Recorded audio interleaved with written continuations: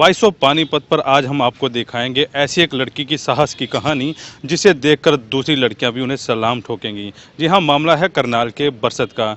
छोटी सी उम्र में उस लड़की की शादी हुई, लेकिन जब उसका दूल्हा उसे लेने आया 8 साल बाद, तो उस लड़की ने उसे जाने से इनकार कर दिया और साथ ही इस मामले में प्रोटेक्शन अधिकारी को अवगत कराया। मामला अदालत तक पहुंचा। मामले में अगली कार्रवाई अगस्त महीने में होगी। हरियाणा का पानीपत शहर, जहां से नरेंद्र मोदी ने बेटी बचाओ बेटी पढ़ाओ अभियान की शुरुआत की थी, उसी पानीपत शहर में स्वाभिमान से जीना और अपने बाल विवाह को रोकने का साहस करना एक बेटी को भारी पड़ गया।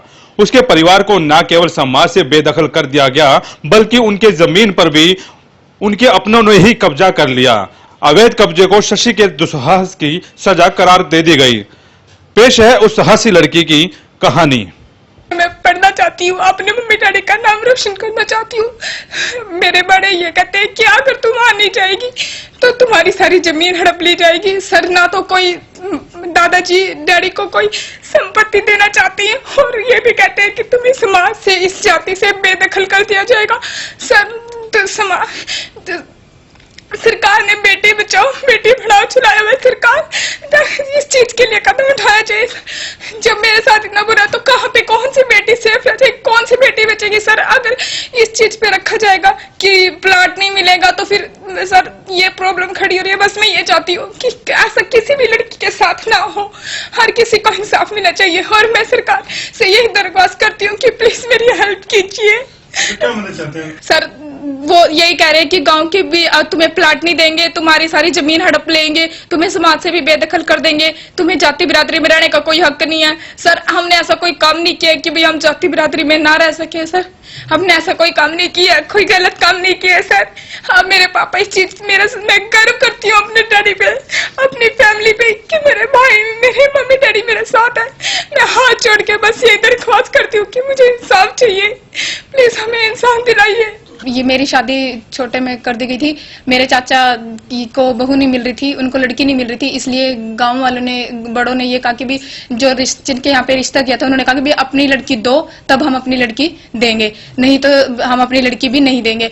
मुझे सर इस चीज के बारे में नहीं पता था। अब हम इस टाइम पानीपत में रहते, तो यहाँ पे मेरे घर के बड़े दादा दादा सब आए, उन्होंने कहा कि भी जाओ, तुम्हें अपने घर जाना। तो मैंने उनसे कहा कि भी मेरा घर तो यही है, मैं तो यही रहती हूँ बचपन से ही।